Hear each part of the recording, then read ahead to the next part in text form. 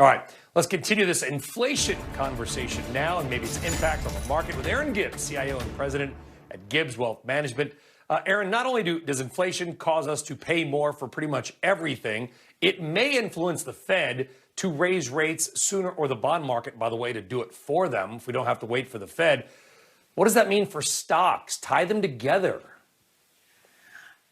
So a couple things. Obviously, financials are taking a harder hit, which is unusual this time, since normally, yield curves and inflation generally is seen as good for banks, but in this case, because it's so far out and it's hitting the economy so quickly, that's hurting them. But I think the biggest impact right now, what we're really seeing is that it's hurting those small caps and mid caps the hardest. And they've been really stuck in this trading range since we saw this inflation, since your April worries. Small caps and mid caps have basically been trading completely flat. And so this in further inflation and further signs, all these new numbers coming out, means they're probably going to be stuck in another trading range for quite a few months.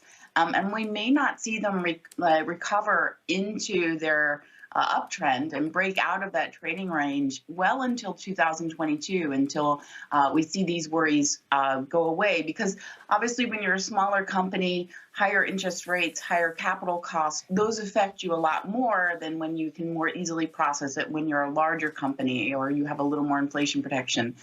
So these are the companies that are most vulnerable, and we're going to probably see underperformance for quite a few months ahead.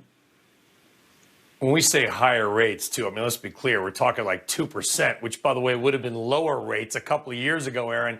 But higher rates eat valuations. That's part of the problem. It's harder to own a company at 24 times forward earning with rates on the rise. I mean, that's the whole point.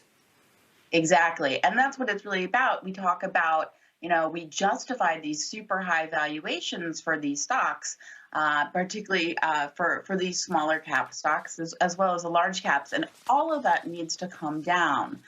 So we've seen the S&P 500, its valuation come down since April, since the spring, and it's been in a fairly steady downtrend.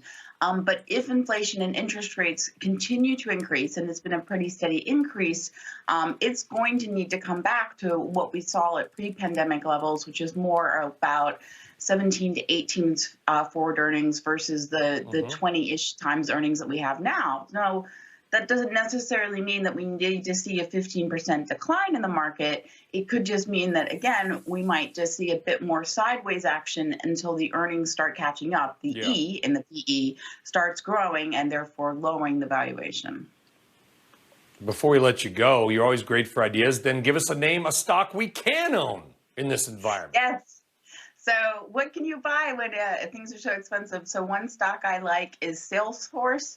It really has exceptional growth over the next 3 to 5 years. It's really turned into one of these quality companies, exceptionally high margins. It doesn't have to worry about high borrowing costs, plenty of cash on hand.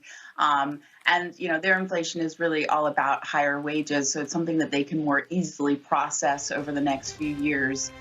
So that's my pick of the day. CRM, we are watching it very closely, even in maybe the inflationary environment that we're in. Aaron Gibbs, Gibbs Wealth Management. Aaron, a pleasure.